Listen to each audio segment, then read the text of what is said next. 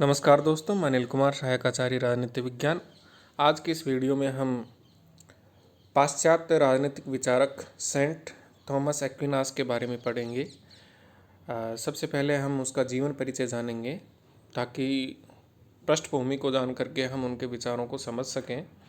मैंने पूर्व के वीडियो में आपको बताया था कि किसी भी विद्वान के बारे में, किसी भी राजनीतिक विचारक के बारे में अगर हम पढ़ते हैं तो सबसे पहली बात यह है कि हम उसके जीवन परिचय के बारे में अवश्य पढ़ें ताकि उसके विचारों को हम अच्छे ढंग से, बखूबी ढंग से समझ सकें। तो सेंट थॉमस एक्विनास का आज हम अध्ययन कर रहे हैं। इससे पूर्व हमने पाश्चात्य राजनीतिक विचारों में प्लेटो को पढ़ा, अरस्तु को पढ़ा। ये दोनों के दोनों ग्रीक पॉलिटिकल थॉट के अंतर्गत आते हैं, यूनानी दार्शनिक थे ये दोनों। जबकि एक्विनास है ये रोम के थे, इटली के थे, सोनिया गांधी जी के देश के थे। और ये मध्य युग के सबसे महान राजनीतिक चिंतक थे। इनका जन्म 1225 ईस्वी में नेपल्स राज्य, जो कि इटली में है, उसके एक्विनो नगर में हुआ था। इनको बचपन से ही धार्मिक चीज़ें पढ़ने की बहुत ज़्यादा उत्कंठा थी और धार्मिक प्रवृत्ति प्रबल थी इनमें। इसलिए इन्होंने परिवार के कड़े विरोध के उपरांत भी डोमिनिकन ऑर्डर की सदस्यता स्वीकार की। पेरिस विश्वविद्यालय में धर्मशास्त्र का इन्होंने अध्ययन किया। इन्होंने यूनानी विचारक अरस्तु पर अनेक टीकाएँ लिखी और 1274 ईस्वी में इनका देहावसान हो गया, ये मर गए। तो जन्म इनका 1225 ईस्वी में हुआ और मृत्यु इनकी 1274 ईस्वी में हुई। अब दोस्तों हम देखते हैं कि मध्य युग का अरस्तु कहा जाता है एक्विनास को। ये बहुत महत्वपूर्ण विचारक रहे हैं मध्य युग के। तो फोस्टर की इनके संबंध में एक टिप्पणी है कि सेंट थॉमस एक्विनास को मध्यकाल का महानतम क्रमबद्ध दार्शनिक माना जाता है क्योंकि वह उस युग के समग्र विचार का प्रतिनिधित्व करता है। अब मध्य युग जो था उसमें अलग अलग विचारधाराएं थी, लेकिन उन विचारधाराओं का अगर समग्र तरीके से किसी ने प्रस्तुतिकरण किया तो वो थे सेंट थॉमस एक्विनास। और इसके अलावा किसी ने नहीं किया। उसके विषय में सबसे महत्वपूर्ण बात यह है कि उसने विचार की विभिन्न प्रवृत्तियों को, जो कि पूर्व में बिखरी हुई थी, उनको एक जगह एकत्रित कर दिया, उनको संश्लिष्ट कर दिया। सेबाइन ने लिखा है कि थॉमस के दर्शन का मूल मंत्र यह था कि उसने समरूपता और मतैक्यता पर आधारित सार्वभौमिक संश्लेषण और सर्वांगीण पद्धति के निर्माण का प्रयत्न किया। सेंट थॉमस का मुख्य कार्य समन्वय था। उसने पहले की शताब्दियों में विधिवेताओं, धर्मशास्त्रियों, टीकाकारों, ईसाई प्रचारकों, चर्च और राज्य के समर्थकों आदि के अपने अपने विचार थे और सभी अपने अपने दृष्टिकोणों को व्यक्त करते थे। सेंट थॉमस ने इन विभिन्न विचारों और दृष्टिकोणों में एकता और क्रमबद्धता स्थापित करके इनको एक पद्धति का रूप प्रदान किया। इसलिए उसे फोस्टर ने विश्व का महान क्रमबद्ध दार्शनिक कहा है। तो ये 2 नंबर का सवाल पूछा जा सकता है कि फोस्टर ने दुनिया का सबसे क्रमबद्ध दार्शनिक किसे कहा है, तो उत्तर होगा सेंट थॉमस एक्विनास। कहाँ के रहने वाले थे? इटली के नेपल्स के एक्विनो नगर में इनका जन्म हुआ था। कब हुआ था? 1225 ईस्वी में हुआ था। मृत्यु कब हुई? 1274 ईस्वी में हुई। खास बात क्या है इनके जीवन के संबंध में कि इन्होंने समग्रता दिखाई अपने चिंतन में, सभी विचारों का एक जगह संश्लेषण किया और अरस्तु के ऊपर इन्होंने काफ़ी सारी टीकाएँ लिखी। इनके जो पिता थे वो काउंट लडोल्फ ऑफ एक्विनो सम्राट और फ्रांस के राजा के संबंधी थे और इनका जो बाल्यकाल था वो पर्याप्त सुख सुविधा और ऐश्वर्य से भरा हुआ था। 5 वर्ष की आयु में इन्हें मोंट कैसिनो की पाठशाला में अध्ययन हेतु भेजा गया, जहां वह 12 वर्ष की उम्र तक अध्ययन करते रहे। इसी अल्प आयु में उसने अपनी प्रतिभा का परिचय देना प्रारंभ कर दिया। प्रतिभा छुपती नहीं है, ये जन्मजात प्रतिभा के धनी थे, इसलिए 12 वर्ष की अल्पायु से ही इन्होंने अपनी प्रतिभा का परिचय देना शुरू कर दिया। इनके शिक्षक थे, वो भी जान गए थे कि ये बच्चा बड़ा होकर के अवश्य एक बड़ा विद्वान बनेगा। इसके पश्चात उन्होंने नेपल्स में शिक्षा प्राप्त की उनके माता पिता उसे उच्च प्रकार की शिक्षा देकर उच्च राज्य अधिकारी बनाना चाहते थे, किंतु किंतु थॉमस में बचपन से ही वैराग्य प्रधान धार्मिक प्रवृत्ति बहुत ज़्यादा थी। इसलिए 1244 ईस्वी में अपने परिवार के कड़े विरोध के बाद भी उन्होंने डोमिनिकन ऑर्डर की सदस्यता स्वीकार कर ली। माता पिता ने जब उसे इस मार्ग से विमुख करना चाहा, अलग करना चाहा, तो सेंट थॉमस एक्विनास घर से ही भाग गए। उसके परिवारजनों ने उसे रास्ते में ही पकड़वा कर एक किले में बंदी बनाकर रखा। उसे घर न छोड़ने के लिए अनेक प्रकार के प्रलोभन दिए। पेरिस विश्वविद्यालय में उसने धर्मशास्त्र का अध्ययन किया। पेरिस तथा कोलोगन में उसे तत्कालीन युग के महान विद्वान अल्बर्ट महान के चरणों में बैठकर शिक्षा प्राप्त करने का सौभाग्य मिला। और 1252 ईस्वी में थॉमस एक्विनास ने अध्ययन, अध्यापन और लेखन के पवित्र व्यवसाय को अपनाया। आजीवन वह इसी व्यवसाय में संलग्न रहे। इटली में उसने अनेक स्थानों में शिक्षण कार्य किया। इसी अवधि में उसका संपर्क विलियम ऑफ मॉरबैक से हुआ, जिसके सहयोग से उन्होंने अरस्तु पर अनेक टीकाएं लिखी। एक्विनास के जीवन काल में सम्राट तथा पोप के मध्य का संघर्ष बहुत बढ़ गया था। उसे इस संघर्ष की घटनाओं का प्रत्यक्ष अनुभव करने का अवसर मिला था। धर्म संस्थाओं से उनका घनिष्ठ संपर्क हो चुका था। राजाओं तथा सम्राटों का वह संबंधी था। साथ ही उसकी यात्राओं के अनुभव तथा राजनीतिक घटनाक्रमों के पर्यवेक्षण भी उसके ज्ञान की अभिवृद्धि में सहायक सिद्ध हुए। पेरिस विश्वविद्यालय उन दिनों उस भिक्षु को कोई उपाधि प्रदान नहीं करता था, अतः थॉमस को भी उपाधि नहीं दी गई, किंतु पोप की विशेष सिफारिश पर 1256 ईस्वी में उसे मास्टर ऑफ थियोलॉजी की उपाधि से विभूषित किया गया। इसके पश्चात उसने ईसाई संप्रदाय की खूब सेवा की। वह अपने समय में राजनीति शास्त्र, धर्मशास्त्र और तर्कशास्त्र का प्रकांड विद्वान समझा जाता था। बड़े बड़े राजा उससे राजाओं के कर्तव्यों पर प्रकाश डालने की प्रार्थना करते थे कि राजा क्या क्या काम कर, राजा को कौन कौन से कार्य करने चाहिए, उसके दायित्व क्या हैं। अध्यापन तथा लेखन के कार्य में व्यस्त जीवन व्यतीत करते हुए सन 1274 ईस्वी में उनका देहावसान हो गया। मात्र 47 वर्ष की अल्पायु में ही उनका देहावसान हो गया था।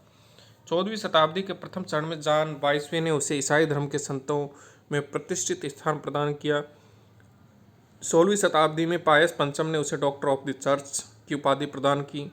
19वीं शताब्दी में लियो 13वें ने अपने आदेश द्वारा धर्मशास्त्र के विद्यार्थियों के लिए उसके ग्रंथों का अध्ययन अनिवार्य घोषित कर दिया।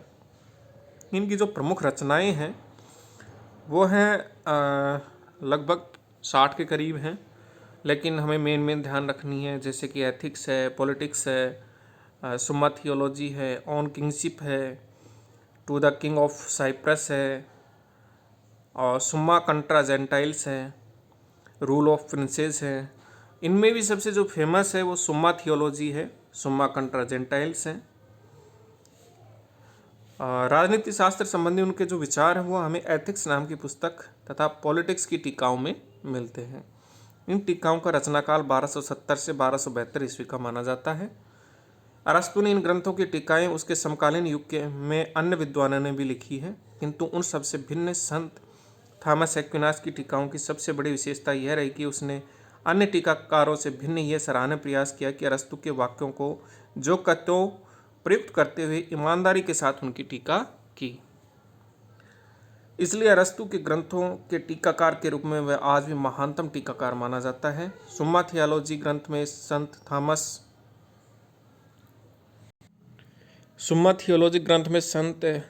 थॉमस एक्विनास ने ज्ञान के समग्र क्षेत्र का विचार किया है। यह विचार सप्रयोजन था। वह इस उद्देश्य को लेकर आगे बढ़ा है कि दार्शनिक अरस्तु के दर्शन के साथ रोमन कैथोलिक धर्म की मान्यताओं का इस प्रकार से समन्वय किया जाए कि दार्शनिक का दर्शन धार्मिक मान्यताओं की पुष्टि करे। इस ग्रंथ का राजनीति शास्त्र के विद्यार्थियों के लिए प्रमुख महत्व इस कारण है कि इसमें संत थॉमस ने कानून की समुचित रूप से व्याख्या एवं विश्लेषण किया है। ऑन किंगशिप ग्रंथ में एक्विनास के नागरिक शासन की उत्पत्ति एवं आधार संबंधी विचार हम देख सकते हैं।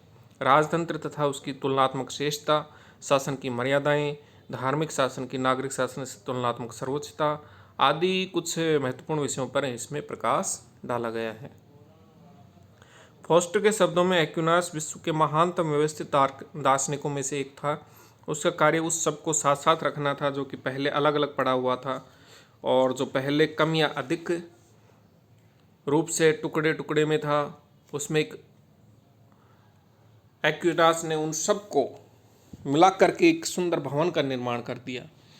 सेबाइन ने उसे संपूर्ण मध्य युग में दार्शनिक महत्व वाला विचारक कहकर संबोधित किया है।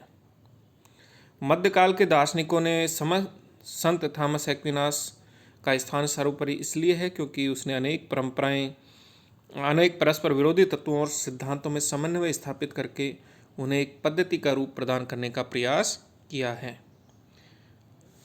अब दोस्तों,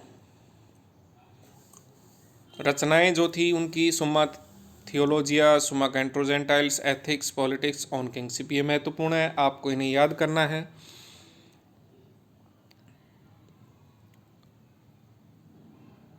उन्हें एक पद्धति का रूप प्रदान करने का प्रयास किया। सेंट थॉमस धर्मशास्त्र, तर्कशास्त्र, दर्शन शास्त्र और राजनीति शास्त्र का अपने युग का सबसे श्रेष्ठ अधिकारी विद्वान माना जाता है। उसकी राजनीतिक बुद्धि का प्रमाण इस बात से मिलता है कि बड़े बड़े नरेश उससे शासकों के कर्तव्यों को बताने की प्रार्थना करते थे। पोप ने अनेक अवसरों पर धर्म संबंधी कठिनाइयाँ उपस्थित होने पर उसकी सलाह ली और प्रत्येक अवसर पर उसकी सलाह उपयोगी सिद्ध हुई। यही कारण था कि विद्वानों की सभाओं में उसके शब्दों का देववाणी के समान आदर किया जाता था। संभवतः ज्ञान का ऐसा कोई भी क्षेत्र नहीं था जिसमें उसकी श्रेष्ठता स्वीकार न की गई हो। इसलिए डॉक्टर विश्वनाथ प्रसाद वर्मा ने लिखा है कि महान धर्माचार्य और तेजस्वी दार्शनिक संत थॉमस एक्विनास मध्य युग की एक अतिशय प्रचंड विभूति हैं। समस्त ईसाई जगत में उनके उच्चाशय उत्तुंग व्यक्तित्व को छूने वाला दूसरा कोई व्यक्तित्व प्राप्त नहीं होता है। और सेंट थॉमस की जो पद्धति है वो कैसी है? समन्वयवादी है। विचारधारा कैसी है? समन्वयवादी है। संत थॉमस एक्विनास मध्ययुगीन उस विचार परंपरा से संबद्ध था जिसने मध्ययुगीन विश्वविद्यालयवाद, मिडाइवल स्कॉलस्टिकिज्म की संज्ञा दी जाती है। विश्वविद्यालयवाद से अभिप्राय मध्ययुग में पाई जाने वाली उस चिंतन पद्धति से है जिसमें ईसाई धर्म की रूढ़ियों एवं प्राचीन दार्शनिकों के युक्तिमूलक सिद्धांतों में समन्वय स्थापित करने का प्रयास किया जाता है।